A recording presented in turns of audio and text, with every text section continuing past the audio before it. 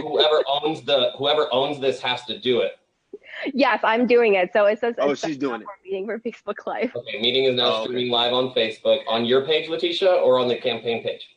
On your campaign page. Awesome. Hey, everybody. Good. Hey, are we okay? Are we live? Please say yes. Okay, we're good. So I guess my first question, first of all, thank you so much for allowing us to have this. This is like our unofficial show, behind and beyond the walls, our prison talk about prison reform. I'm one of the hosts. I'm the host of Romero Russell, and my co-host, my lovely co-host, Leticia. She's here. I'll have her introduce herself briefly. Go ahead. Oh, hi, I'm Letitia. Nice to see you. Thank you so much. So that was a very informative town hall meeting. So I guess my first question would be that you spoke about second chances. Second chances are very important. But it seems like the judicial system isn't really set up for the ideology of redemption, because how do we really quantify what a second chance is? Because they say statistically it takes 21 times to create a habit. So how do we know when a person is like on their, okay, you know what? They've made a mistake 20 times. Now their second chance kicks in. So how do we really know when a second chance kicks in? How do we know? Well, see, I mean, here's the thing. We're human beings, right? We're fallible. And I think that's the myth, and that really cuts to the core of the difference between my philosophy and my colleagues that we were just talking about. So what I was referencing when I was talking about moral high horses and casting stones is that really, as long as it's not putting people in danger, as long as it is not dangerous to the community, we should keep giving people chances. Because people continue to make mistakes and continue to do better. That's what being human's about. Being human is about growing and developing. I've made a lot of mistakes in my life. One real important one that was like thrown around 1,000 times tonight, about 20 years ago. But that's not the only mistake I've ever made. I'm sure you've made mistakes in your life too. Oh, absolutely. That doesn't mean I'm never going to make a mistake again. What it means is that once I've made a mistake, it's incumbent on me to accept responsibility for it, to pay the consequences for it, to make amends to anyone that I've harmed along the way. Right now, we don't have a justice system that is set up to allow people to do that. And we don't have a culture, a society that welcomes people back and gives them another chance. And the real problem with that, I suppose you can operate that way if you want. I really hope the McWhorter's sons don't someday get badgered like I just was by somebody as they try to drag this stuff out. But if you want to be that way, you can be that way yourself. That's fine. But when we do that mechanically as a society, when we prevent people from getting jobs, from rejoining the workforce, when we incapacitate them and we take away their civil rights so they can't vote, we are otherizing people, we are stigmatizing them, we are removing them from society, and we are setting them up to fail. And that makes all of us less safe. If crime arises from desperation, why are we making people more desperate once they're done serving their sentence? Exactly. Well, Will, in a way, your experiences have led you to be a success story in our justice system, as you mentioned. So do you think that your past mistakes, the mistakes that you're referring to, do you think that makes you more relatable to the people? I do. And, you know, like, that's been the journey that I've been on. And let me tell you, it's not easy. Like, even now, it's not easy to stand up there and have somebody try to shame you in public. But that's the journey that I've been on, is that it's time now for us to stop letting them do that to us, for us to change the culture, for us to show the rest of our community that this is counterproductive, it's harmful, we're cutting off our nose to spite our face. It takes brave people to stand up and say, you can't shame me for that. You know, people who were formerly incarcerated, who are fighting in this space right now, some of whom right here, right? And look, that happened. That was the worst. But that doesn't define me. What defines me is the work I'm doing now, the stuff I'm helping with now. And I know your circumstances are different than most, but I'm just using it as an example. No, I like it. It was a whole different ball game, Ramiro. But yeah, that's the point is, and it's not easy. So I hope at a minimum that more folks who hear what I'm talking about here, if they've got something that they're letting hold them back internally themselves, spiritually, psychologically, they think they can't succeed or they can't help because of something.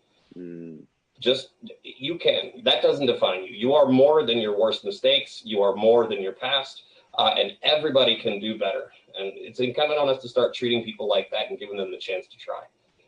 Yes, sir. I admire you for standing up for yourself in there. You're right. We need to change the culture because, and I know I keep referencing the former San Antonio district attorney, how they tried to use him. And he was like, yeah, I did that. And he won based on him being transparent and an open book. Because I feel he felt if you just expose it, they have nothing against you because they think they have won or they think they have gotten by with a squeaky clean platform, and they find one little blemish, they think, oh, see, you got a spot in your eye. But the moment we go, yeah, I do, I've got that, then they're like, man, I can't penetrate that. So I admire you for standing up for yourself. You very proud, very proud. Thanks. It's important. You know, can we talk? Like, I was like staggered when I heard the same stuff last week at the ACL. Yeah. Like, I didn't even register with me. There's no way that I'm being accused of not being transparent about this. Yeah. I have told so many people, and I, like I said, like, we wrote op-eds about it. I've talked to the press. I've talked to LDs. I put it on the internet myself. So it's just it's insane how someone's going to come back at you like that and accuse you then because they've got nothing left of a lack of transparency. What I want to just, like, what really bothered me about that more than anything is that it did dominate the conversation. Mr. McWhorter is very good at doing that because what he started with was also accusing me of never disclosing it to the bar, which, for Christ's sake, of course I did. I had to get my license. I had to fly to Kennesaw for that. But those are really irresponsible things to be accusing people of without it.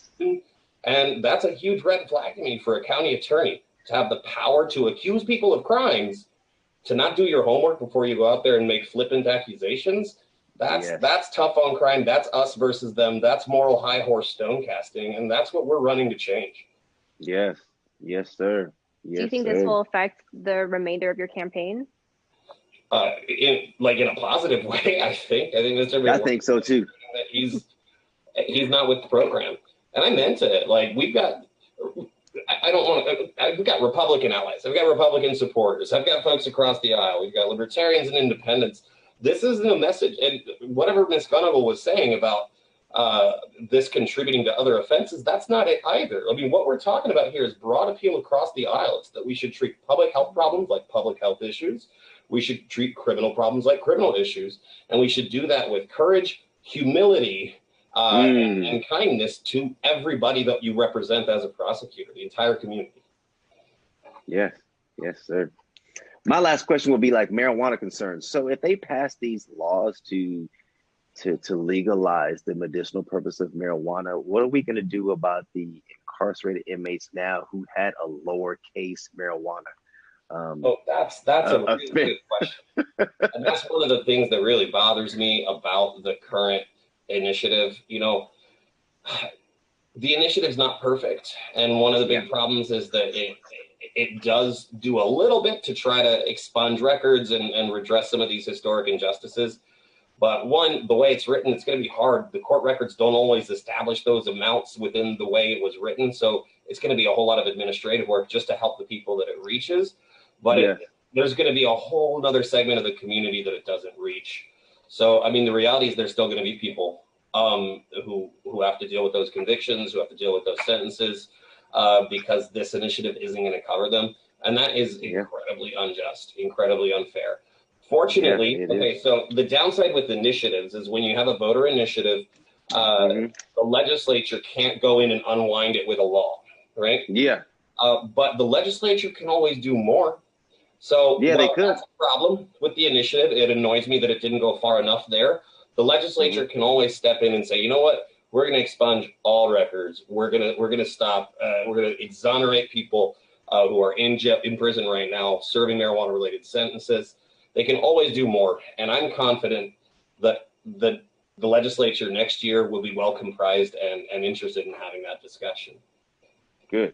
Okay, let's say hypothetically they don't.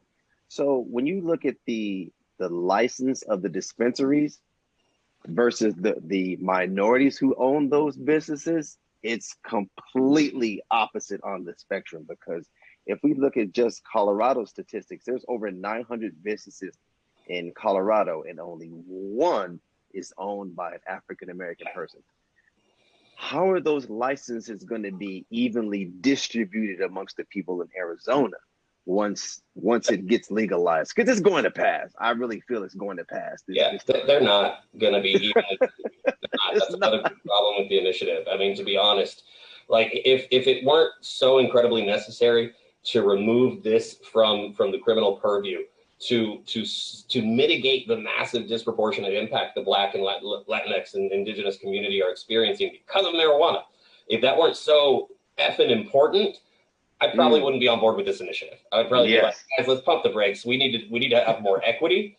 We need to have more access for the communities that have historically been most disenfranchised by marijuana laws. Absolutely. It does some nominal work to try to do equity credits for other people, but in reality, it was written by the people who already have financial interests, and they're the ones who are going to benefit the most.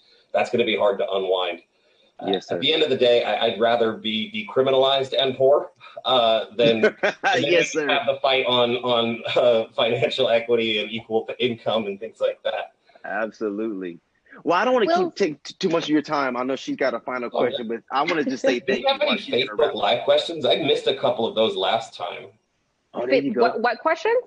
Last time we did this, we got some questions on Facebook Live. I just wanted to, like, while we're still here, let me answer your question, but I want to look and see if we got anything coming in. Well, it's sort of relevant. I mean, I know that when you're talking, some people are messaging me, and they're wondering, so are you going to be hosting frequent town halls? Like, how do people reach you? Or if they have further questions, what do they do? Do they just comment on your Facebook? So, I mean, shoot us an email, campaign@night2020.com. It goes to me, it goes to my campaign manager, it goes to other staff. My campaign manager is a brilliant lawyer named Natalie Siegel. I know you know her. It's Natalie@night2020.com, Natalee. She's fantastic defense lawyer, incredibly motivated, and on this team in a big way to help bring justice reform to the Valley. She helps me set up a lot of these meetings. We've been doing a lot of listening tours, a lot of Zoom meetings and things that are private with different cohorts and different groups. I'm willing to meet with anyone. I'm willing to talk to anybody because this impacts all of us. So reach out to us if you want to meet with me and do a town hall. Sure. If we want to do a public one, that's fine too. Or a private one, I'm happy to do it.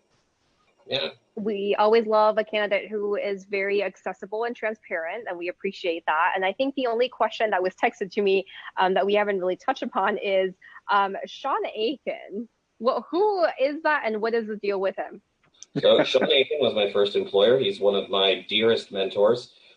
He chaired my campaign out of the gate. I just had a nice call with him this morning, actually. I remember I told a lot of different longtime mentors about doing this, people who jumped up and said, we want to endorse, we want to support. But after serious conversations, they wanted to say, Will, are you sure you know what you're getting into? Why are you doing this? We had those conversations, and then they were like, all right, let's do it. Sean and I had a 20-second conversation. I said, Sean, I'm thinking about doing this. And he said, Will, I'm in. And he chaired my campaign out of the gate. He's probably the top ADR or one of the top ADR professionals in the state, alternative dispute resolution. Incredible human being. I'm grateful to have his support. He's now co-chairing with Margarita Silva because we needed to put more women at the top of my campaign to make sure we didn't lose sight of issues that we tend not to see easily as cisgendered heterosexual men. So I'm grateful to have Margarita on the team at the top also, but that's Sean. I think Sean would agree with me on the thrust of everything we discussed tonight. Well, great. Well, I don't have anything further. I know this is a holiday sort of Well, right?